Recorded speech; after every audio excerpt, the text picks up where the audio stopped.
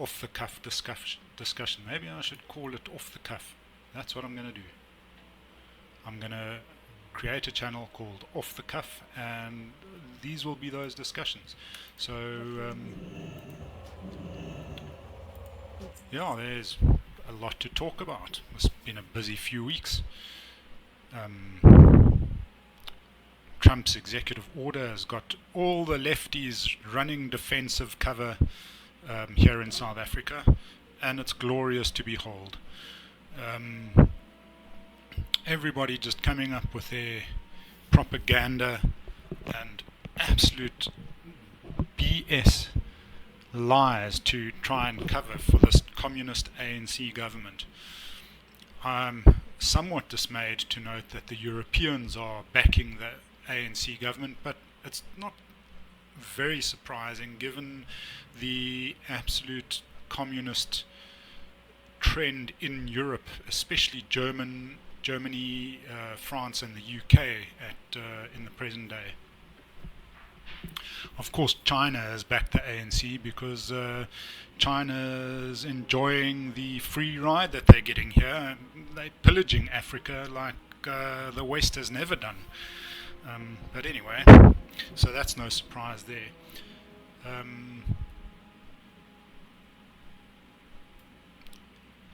I'm glad to say that the US Embassy has clarified that that the refugee program will be available to all minorities in South Africa that have been affected by discrimination and have had their rights affected by legislation that the ANC promulgates. There's a great video by Willem Petzer on YouTube where it's about an hour long, and it's a letter to Mr. Trump, and he sets out very clearly where this originated from and how it has progressed and how it will continue to progress unless we really stamp it out now. Now is the time, and President Trump has really created an opportunity here to basically stop this communist nonsense in its tracks. And ultimately that's all it is. Behind all the flowery words of the fourth industrial revolution and the Great Reset and Klaus Schwab's this and Bill Gates's that and the Rockefeller Foundation, all that is happening is that they are pushing a communist program, also known as neo-feudalism, because ultimately communism is simply neo-feudalism. The few chosen ones sit at the top with all their dashas and cars and whatever, and the rest of us plebs, we will be working the salt mines, and if we say something contradictory on social media, we will be taken off to the gulags, where we will do hard labor until we die as a result. It is fundamentally anti-human. It is Malthusian in the extreme, and it needs to be opposed and stopped. And this is the opportunity that Trump has created for us here in South Africa, is that we now have an opportunity to stop it. And you always see the same social media voices, the same lefties coming out in defense of expropriation without compensation and against the executive order for refugee status, and they all twist the words slightly. There's only 4 categories of expropriation. No, it's an open-ended clause. Says it's not limited to those 4 grounds. You can expropriate without compensation for anything, and this act will be used to target everybody, not just white people. And that's what needs to be understood, is that this act will target everybody. This is communism out and out. And so that's one of the first things to note.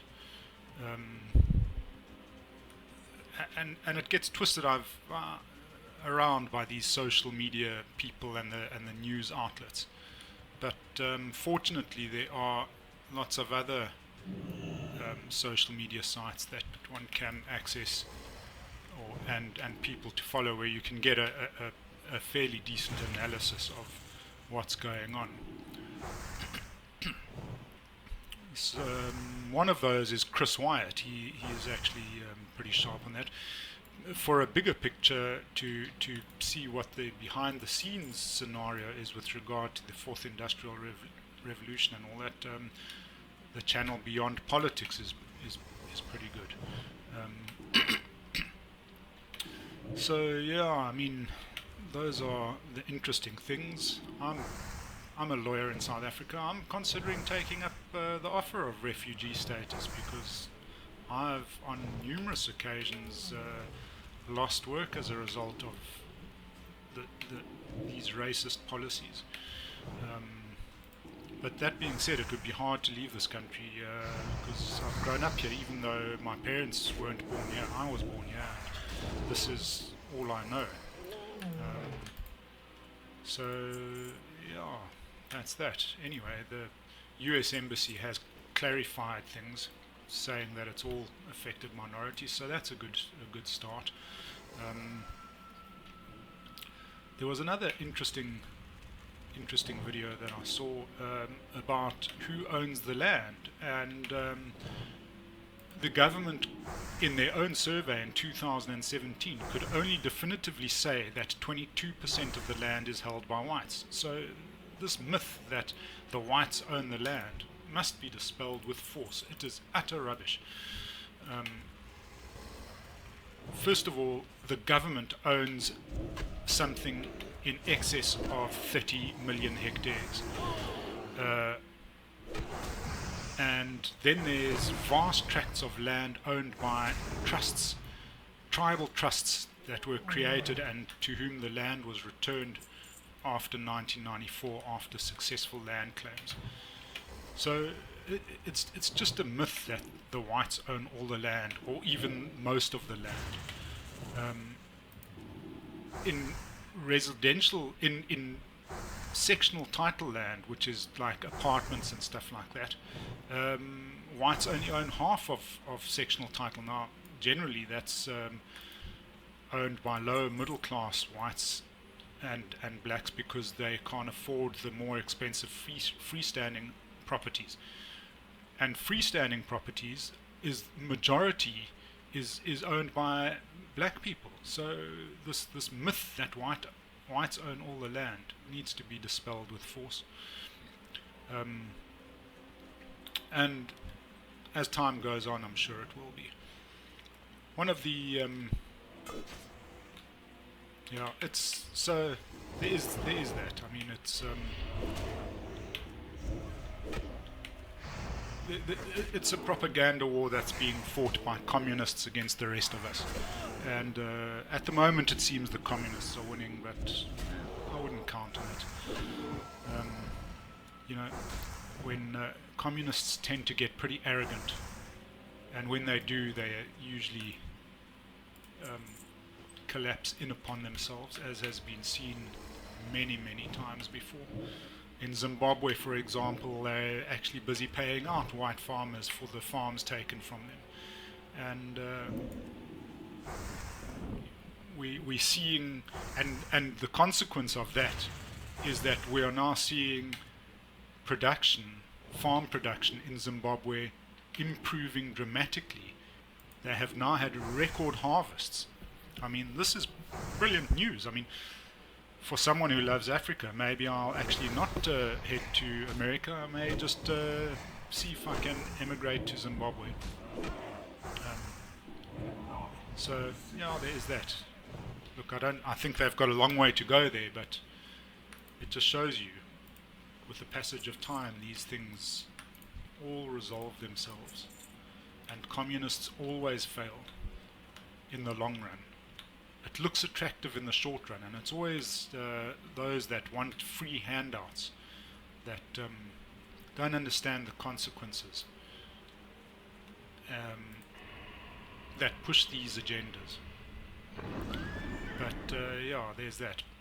But actually, ultimately, the most interesting video I've seen this week was a discussion by Neil Oliver on the Mongol leader Kublai Khan, who invaded Japan around 1275, and he sent 900 ships and a huge military force only to come up against the Japanese samurais, who insisted on fighting as champions, one-on-one. But of course the Mongol hordes fought as military units, not as single champions, and so they were annihilating the Japanese, and then a hurricane hit,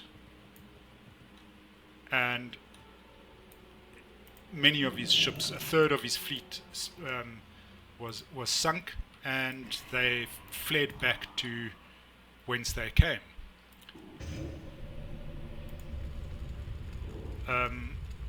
7 years later,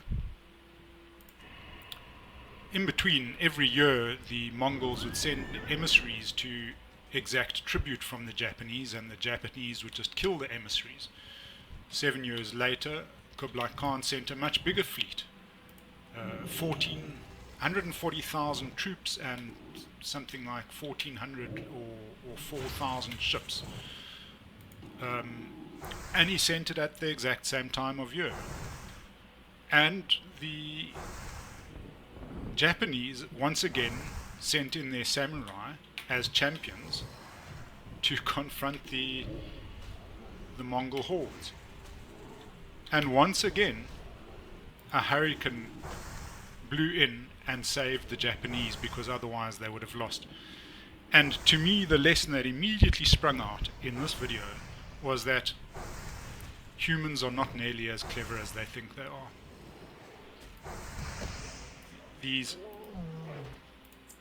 The Mongols made exactly the same mistake twice in a row. Rather than considering that it's typhoon season and that it's not a good time to send a fleet of ships to go and invade Japan, they just did it again. And the Japanese, not thinking that, well, last time we were getting a hiding and a hurricane saved us, just carried on with the same strategy. It just shows you, and these are not, I mean, you're talking about the Mongol Empire, which spanned from Hungary through Siberia. This was not a small empire, and yet these guys were not bright. And the Japanese, not bright at all, despite their rich culture and heritage. And the conclusion is that humanity just is not as bright as it likes to think it is. Whether you are in Europe or in the Americas or in the Far East, it just isn't. As another video I watched last night said, I mean, we develop, here in the West, we develop nuclear weaponry knowing that it has the potential to utterly destroy this planet, and yet we still develop it. I mean, that's not very clever. You might have an high IQ to be able to develop such weaponry, but I don't think you're not as clever as you think you are if you're developing weaponry that can destroy the planet. Yeah, and anyway, those are my off-the-cuff thoughts for today. Let's see where we go from here.